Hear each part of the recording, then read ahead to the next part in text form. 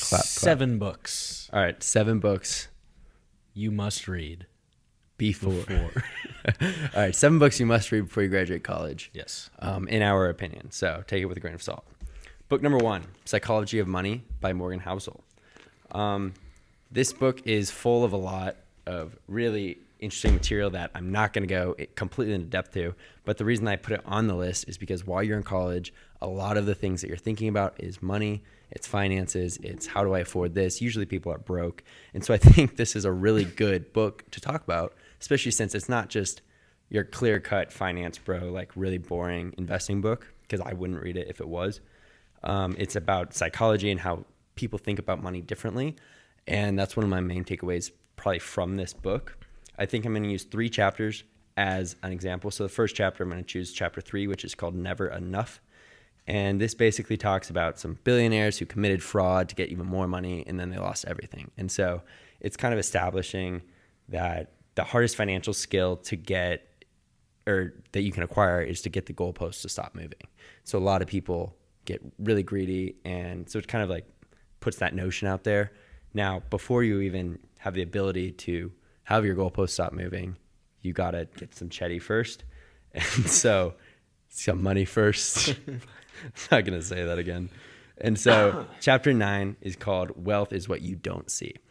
And a quote from this is, spending money to show people how much money you have is the fastest way to have less money. And I took a lot from this because I think that a lot of people go broke trying to impress other people. And so this is in the book. We have a tendency to overestimate how much disposable income we have, especially once we get a full-time job. This is another takeaway that's, I feel like, is extremely applicable to college students.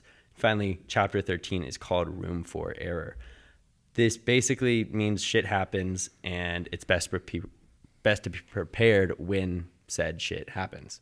The quote here is, the most important part of every plan is planning on your plan, not going according to plan. And so those are a couple of takeaways out of those 3 chapters, but there's a lot more in there. Love it. That was probably, I mean, I've read like 3 books on finance and money, but that's definitely number 1. I think my biggest takeaway from it was just like, play it safe, pretty much. Like, be smart, play it safe. Yeah. Because it's so easy to get caught up. And it's also people's, like, the way that people think about money has a huge impact on like how they spend money and how much money they make. Yeah. And so it's like, it's called Psychology of Money, but so much of it is about how little money matters in the grand scheme of things. Yeah. So it's kind of cool. Yeah. And it also wasn't like all about money. Like, there was applicable stuff to other stuff. So yeah. Really liked it. So my first book is The Untethered Soul by Michael Singer. This is my all-time favorite book, without a doubt. It genuinely like changed my entire outlook on life. And so it had to be the first one I brought up. I say you need to read it in college, but anybody who hasn't read it, read it, because there's just the majority of humans go their entire lives without understanding these concepts. So these are my takeaways from The Untethered Soul. First one, Singer kind of starts off the book talking about how you are not your thoughts, rather you are the awareness of them. This is kind of, it talks about like the first few chapters, but essentially like you don't have to be defined by your negative or anxious thoughts, and you can kind of take a step back and observe your mind without getting lost in it. And so being able to understand that like you're not what you're thinking and you're the awareness, it kind of like puts everything in a new perspective. And if you do go down like a bad path or a bad thinking path, then you can kind of remember that and it'll bring you back. Second one, keep an open heart. This is probably my favorite like section from the book. I could talk about it for hours, but it essentially means like allowing your emotions, good or bad, to flow without resistance. So really just not shutting down in response to pain, but remaining open to life's experiences, because he talks about how a lot of good and bad things are going to happen in your life, no matter what. Like everybody, you're going to have good shit happen. You're going to have bad shit happen. And so it's like, you might as well keep an open heart in that situation, because it's like, why wouldn't you? There's no point not to. There's no point because it's going to happen. Yeah. And he gives a lot of really good examples that I'm not going to go into because we have a lot of books to cover. Okay. Untethered Soul. Yeah. No, I got one more for you. He gets into this chapter 17, Death is the Greatest Teacher of Life.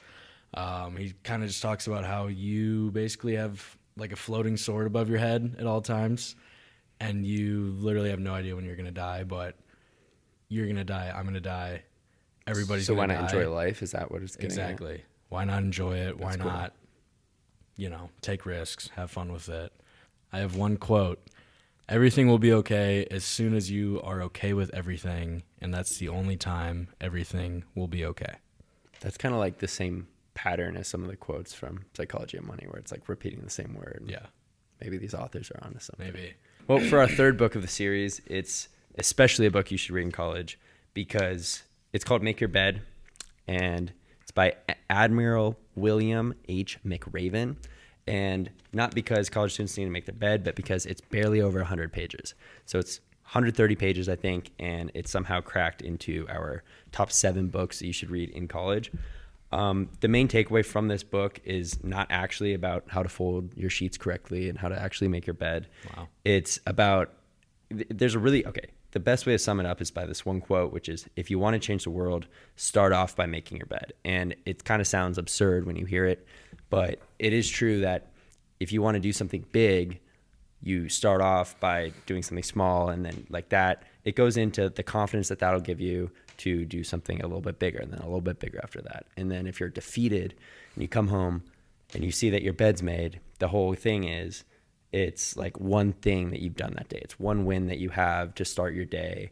And if you start your day on a win, which in this case is just making your bed, something really simple, then eventually you're going to compound those wins and then achieve like great things. And so that's what it talks about. It's like a military centered book. And so he's like in the Navy.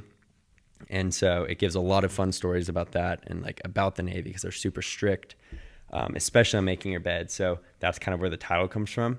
Every chapter starts with like, if you want to change the world, blank. And then, so there's one that I really want to point out. And it's, if you want to change the world, start singing when your neck, when you're up to your neck in the mud. And so he's telling a story about how they were all at like some Navy SEAL training, and it was like super hardcore, and they were all like in this mud bath, and like if 5 people quit, then the exercise was over. And so people were like waiting for other people to quit, and one person started to quit, and then they all started singing, and like this is just like one act of joy, kind of like they all started singing. It was kind of weird, but then they all just kept joining in, and eventually all of them were singing, and then the guy who was going to quit came back in and started singing with them. And so it's kind of like that one spark of optimism from just one person can like kind of unite everybody and then achieve something great. And so a couple of my main takeaways from that book, but he's also like the Admiral went and spoke at like the University of Texas graduation, I think. Really? And so they play that in a lot of, That's like I've seen sweet. that in a few of my classes. So Do you make your bed every day now? you know what, actually, like unironically, I started doing it after I read that book. So Nice. yeah. All right, book number 4, classic, How to Win Friends and Influence People, Dale Carnegie. This was like, I think I talked about this in Sam Stewart episode Okay. 3. Yeah. One of the first books I ever read, but now if you're in college, great time to read it because you are like going into your professional career, you're going to be meeting a lot of people, your social life's going to change. So here's why it is a game changer before entering the real world. Got a few key takeaways here. So first one, you can't win an argument. So even if you win, quote unquote, the other person will start to resent you. Okay. Yeah. So instead of arguing, since there's no point in doing that if no one can win, instead of arguing, then you kind of have to find common ground and make sure that the other person is feeling heard. So he talks a lot about professional relationships, personal relationships, things like that, which is really cool, just overall kind of everything. Another big takeaway is that criticism only makes people defensive. So kind of similar to the last one, but if you want to change someone's behavior, you kind of have to do it with encouragement. I mean, like, Yeah. Imagine like if you're doing bad at your job and your boss is like, you suck. Yeah. You know, how's that going to make you feel? It's not going to make you want to start working harder. It's probably going to have the opposite effect. So can't win an argument. Don't criticize people. It's not going to help. And then he talks a lot about like making people like you. It kind of comes from talking about them versus yourself, because people at the end of the day, they don't care about you. They really only care about themselves. So he says that the key to winning people over is like genuinely becoming interested in them and making them feel important. So talking in terms of their interests, and you know, that person will naturally become drawn to you. He also talks about like little kind of like tips you can do, and one thing he said was like using the other person's name.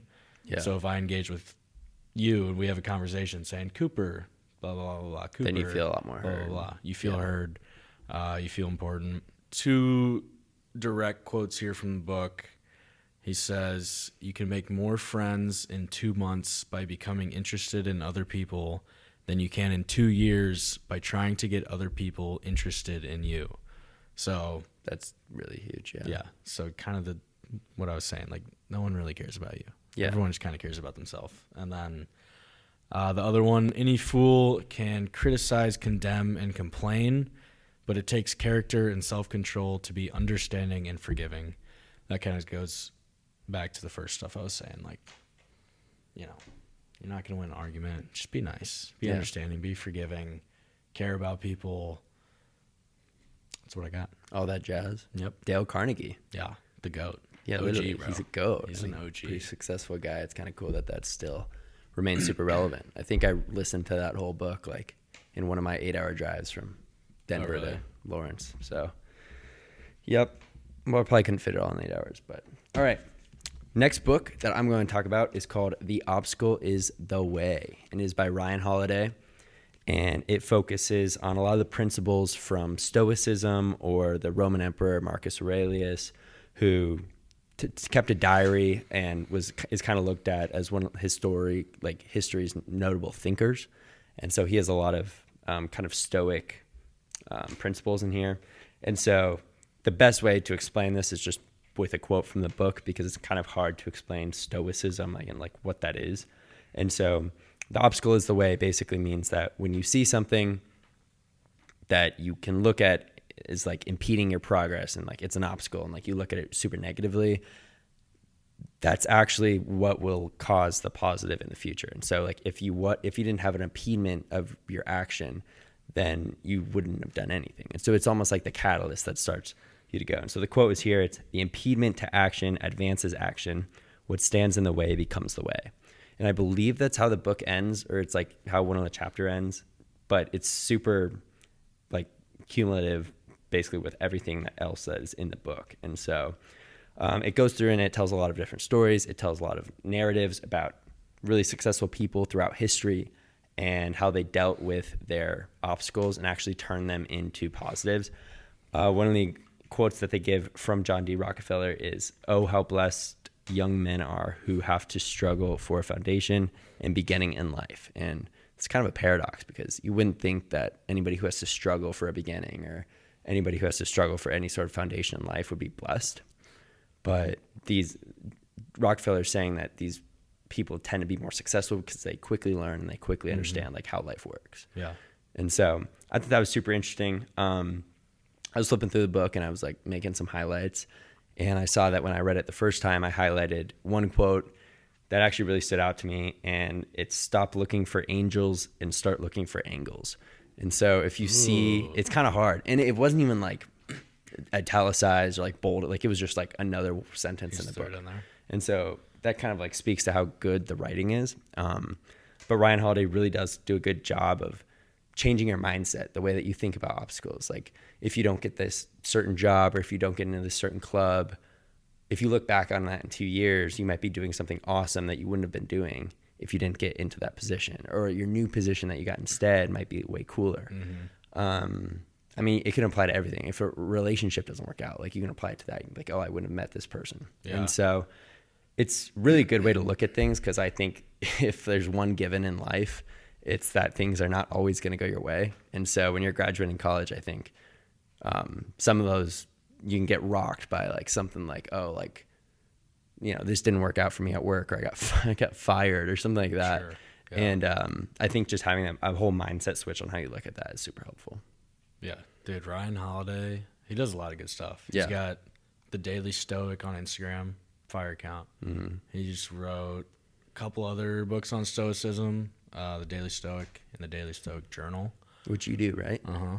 Okay. But his story is really cool because he talks about how when he was in college, he read Meditations, Marcus Aurelius, and he said that it kind of like changed his whole perspective on life, and he was like, I have to teach people about this. Yeah. So he started like his whole Stoicism brand. Yeah. And so he started in college. We'd like to take a quick break to acknowledge the sponsor of this episode, LineLeap. Should I start wearing bucket hats more? Yeah, you should. Don't skip this because we have top secret details for the giveaway. But first, let's just talk about every single college student's favorite company, which is LineLeap. Ryan, you actually work for LineLeap KU. What's your favorite LineLeap experience here? Dude, the bar crawls are the best. There was just one a week ago. But those are always a good time. You get the matching shirts, people sign them, good deals on the drinks. I think my favorite part about LineLeap is how you buy line skip to skip any line, but you can buy it earlier in the day when the price is lower, and then when it's like $30 for a line skip, like you got yours for $5. Yeah. You skip the whole line. Oh, and you save so much money. And you walk past all the people that don't have LineLeap in the line. It's the best.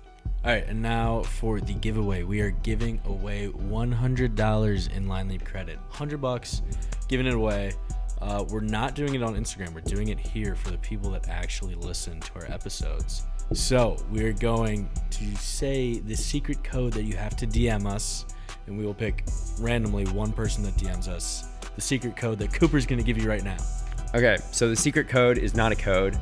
You actually just have to DM us on Instagram your favorite book that we highlighted or the book that you're most interested in reading. Even if you don't read, even if you're lying, that's what you have to do. Something about books. It could be like Cat in the Hat. Yeah, it doesn't have to be 1 to 7.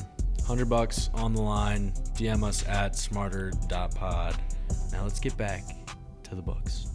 Yeah, I don't know if we talked about this in the intro, but spring break special episode. Cooper and I. I hope everybody's having a great spring break. Yeah, we might be in the mountains right now. Oh yeah, when this comes out. Yeah. Yeah, I'm teaching Ryan how to ski. That's not true at all. It's like That's a not little. true at all. That's not true. But wherever you are, appreciate you tuning in. And this is not the spring break episode we had planned, but why not talk about 7 books that you need to read before college? Yeah, we're kind of zipping through these too. I like it. We're getting efficient. Short, little, quick episode. Instead of reading 7 books, you can watch a 20, 25-minute episode and then actually read the 7 books afterwards. Hell yeah. Okay, well, I have one more. You have one more, right? Yeah. Okay, I have The 4 Agreements by Miguel Ruiz. Absolute banger. It's pretty short. It's, let's see, 130 pages. So I'm just going to talk about what each of the agreements are, then I'll explain them. So here are the 4 agreements. The first one is be impeccable with your word. The second is don't take anything personally. The third is don't make assumptions. And the fourth is always do your best. So it sounds like kind of basic, like always do your best. You're like, what? Yeah, it's kind of stupid.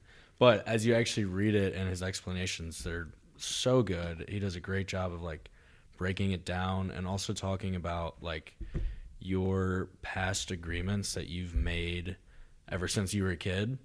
And he talks about how, like, kind of like your childhood, like if someone told you, like, you're bad at singing, or I think the example he uses was a girl was told that she was bad at dancing, and then she took that opinion and accepted it and thought she was a horrible dancer and never danced again.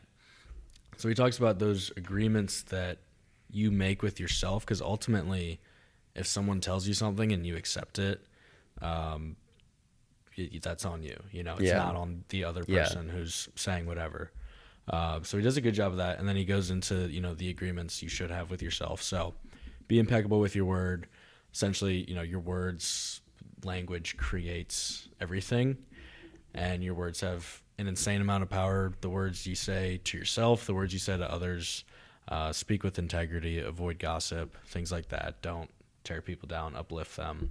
kind of similar to what Dale Carnegie's saying. Yeah. If you want to make friends, you think about what you're saying. Sure. Second, don't take anything personally. So what others say and do is a reflection of them, not you. I was kind of just saying that, but if I say, Cooper, I think you look really ugly today. Yeah. I'm really like deep down. You're actually ugly. I'm the ugly one, like that's what I'm thinking. So like, life's kind of a mirror in that sense. And so don't take anything personally. Third is don't make assumptions. That's kind of what we as humans do with our mind, like all the time. We just assume we know how our day is going to plan out. We assume we know how things are going to go. Going back to the untethered soul with death, you assume, I'm going to live till I'm 100. Or you assume like your family and friends are going to live till 100. Exactly. Or your dog. Right. Right. So don't make assumptions. Be present. Assumptions, they just always create misunderstandings, unnecessary pain. Always do your best. Your best will change from day to day, but giving your all leads to self-respect. So even if it's studying for a stupid test, you're going to do well. Do your best. So my best one day could be way worse than my best another day, but sure. As long as you're doing your best, like with what you have. Exactly. Okay. And as long as you're essentially present with what you're doing and you're putting in effort and doing as good as you can. Effort matters more than perfection, so just show up, do your best. That's interesting. You have one more. I have quotes, but just read it and you'll hear the quotes. Okay. Go with your last book. Yeah, I haven't read that book, but I probably will. That's interesting. So my last book is called The Happiness Advantage, and it's by Sean Acker, who, if you don't know who he is, he basically went to Harvard for undergrad. So he's a smart guy, and then he stayed for 10 years. So he got multiple degrees there, and then he stayed as like a teaching assistant. And then he realized that this whole decade that he spent at Harvard was kind of like a case study for happiness, right? You think of somebody going to Harvard, they've achieved everything they've ever wanted to do. They've been at the top 1% of their class forever. And then they go and they're under so much pressure from their family to succeed. They're under societal pressure. Oh, you go to Harvard, you must be really smart. What if they're not understanding something? What if their grades are slipping? The example he used is that every single person that gets in Harvard is probably the top 1% of their high school. Mm-hmm. But it's impossible for everybody at Harvard to be in the top 1% of Harvard. And so all of a sudden, 50% of the students are below average students, and they're at Harvard, and they're used to being the best their whole life. And so it's kind of this spiral where everybody was super upset with themselves. So it's called the happiness advantage, because he has this theory that a lot of people assume that if you work hard, if you get the right school, if you get the right job, if you do all this, you'll be happy. Basically, if you achieve success, you'll be happy. But he flips the equation. If you are happy, you'll achieve success. And so it's more about like your positive mindset, and not only just having like an uplifting mindset about things, but genuinely being happy, and realizing the benefits that come from it. A lot of people think of happiness as the result of something, but in reality, good results can come from just you being happy. And so a couple of things in the book that I wanted to point out is that there are 7 principles basically that help fuel success through positive thinking. And he lays them all out in the book. I'm not going to go through all 7 right now, but the thesis of the book, to kind of put it in his like academic terms, is when we're happy, we're smarter, more motivated, and more. Okay. Did you say smarter? Yeah, he spelled it correctly though. And so when we're happy, we're smarter, more motivated, and more successful. And so ironically, I read this book right before I read The Subtle Art of Not Giving a Fuck, which is literally not about like, oh, be happy and like put on this happy face. It's just like, don't even care about it. And so they were kind of like paradoxical in that way. But at the end of the day, they both kind of told some of the same stories, that mentally, if you approach things in a positive light, if you look at them through a positive lens, you're more likely to see a positive outcome and kind of reap the benefits of that. So have I convinced you to read the book, Ryan? You have, actually. That sounds really interesting. It's really a really cool book. The guy's really heard smart, of that before. So. That's cool. Yeah. Just one other thing. I think the coolest thing with all these books is we could probably pick out ties between all of them. Literally. And that's probably with most books written by great authors. But some of the ties are going to seem obvious. People are like, oh, you shouldn't do this, or oh, I should look at things more positively, or like. But in reality, you kind of have to have it shoved down your face like multiple times, multiple different books to actually start living by it, because it's so easy to hear something. I do it so much. Like I'll hear something and I'm like, oh yeah, that makes sense. I should do that. And then I just never do that. Right. So Okay, that's 7 books that you must read before you graduate college. Ryan and I have each read half of them, so we're not even there yet, and we have 3 months. So Not true. I actually haven't read any of yours. yeah, so you have 4 books to go. We can hit a little swap. No, right 3 now. to go.